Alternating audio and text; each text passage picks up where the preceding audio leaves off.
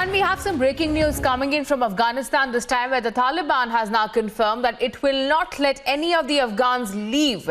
And this is the latest coming in from Taliban on record this time, stating that Afghans cannot go to the airport, and the Taliban are making now efforts to stop the Afghans from leaving Kabul. Meanwhile, the Afghans who have not reached the airport now are trapped within the country. Meanwhile, the Taliban has once again begun revealing true colors in the country, blocking Afghans' human rights as well. Let me go across to Colonel Rohit Dev, who's also joining us over the phone line. Colonel Rohit Dev, we have this latest updates coming in of once again the Taliban showing their true colors and stating in clear words that they will not allow any of the Afghans to leave the country now. Right. This was more than coming, and I spoke on your channel first, I think, to say there are two leverages which the Afghanistani Taliban terrorists will retain.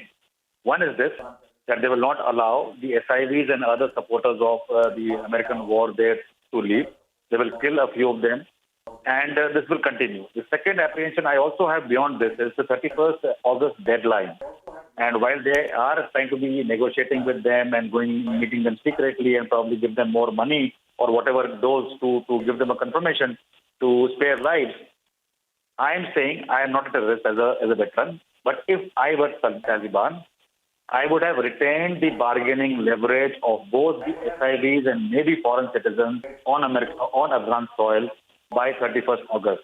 And that is how you must think, because anybody who is a terrorist also knows the repercussions of a complete withdrawal and how people can dictate terms in terms of the seizing of the $9 billion money in the other banks outside.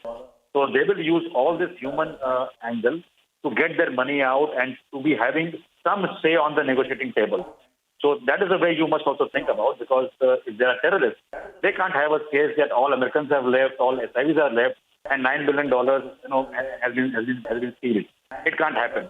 So that is basic common sense which is playing out. And we may say whatever.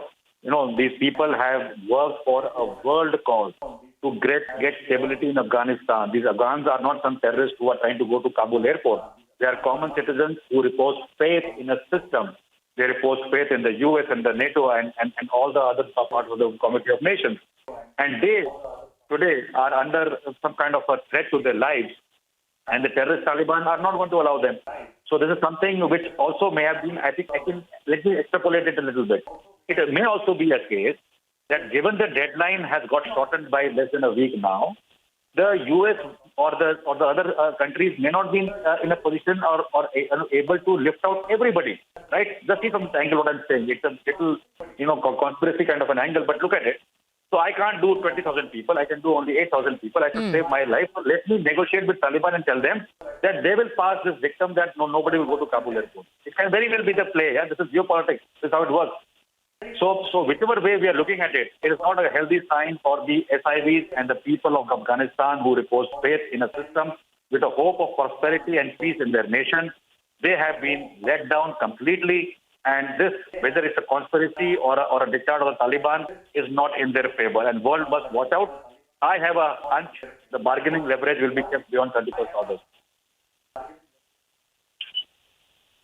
In fact, Colonel Rohit Dev, as you rightly pointed out, the timing of this entire announcement coming in from the Taliban is also to be looked at, because remember, in a way, the Afghans have lost all their human rights and their future also remains uncertain. And now they're announcing that nobody will be allowed to go towards the airport or leave the country has once again put them in a more uncertain situation. What are you expecting that will happen till 31st of August when the deadline ends? To add to your timing factor, it has also been timed after the secret meeting, right, between the CIA chief and the Taliban head. So that is where it comes from. Now, in the future, there are 2 or 3 options.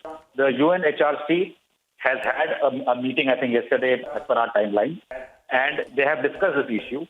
There are countries in the NATO and also on the UNSC which are aligned to help.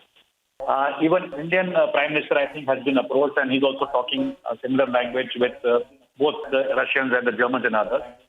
So there is a consensus building up to look at the humanitarian angle of Afghanistan, whether it is the people in Kabul, Herat, or the cities, or it's the Panjshir warriors who are fighting from that particular piece of land. how it will manifest is something which has to be bargained with the terrorists, bargained. So something has to be given to be taken in that sense. And that is why I think the CIA meeting was a little important. I just hope, and I want to be wrong actually, but I may not be wrong, generally I'm not, is that the CIA would have ensured through this particular meeting and at whatever cost they're paying for it in the subsequent days, maybe a withdrawal of maximum of their assets, including people from Afghanistan. And obviously, it will have a bearing on other lives there. I hope it is not the case. And Boris Johnson and Justin Trudeau and everybody else, and Angela Merkel is playing a wider role there. They should be able to get some pressure on even the US today to ensure that they look after the people who helped them for 20 years.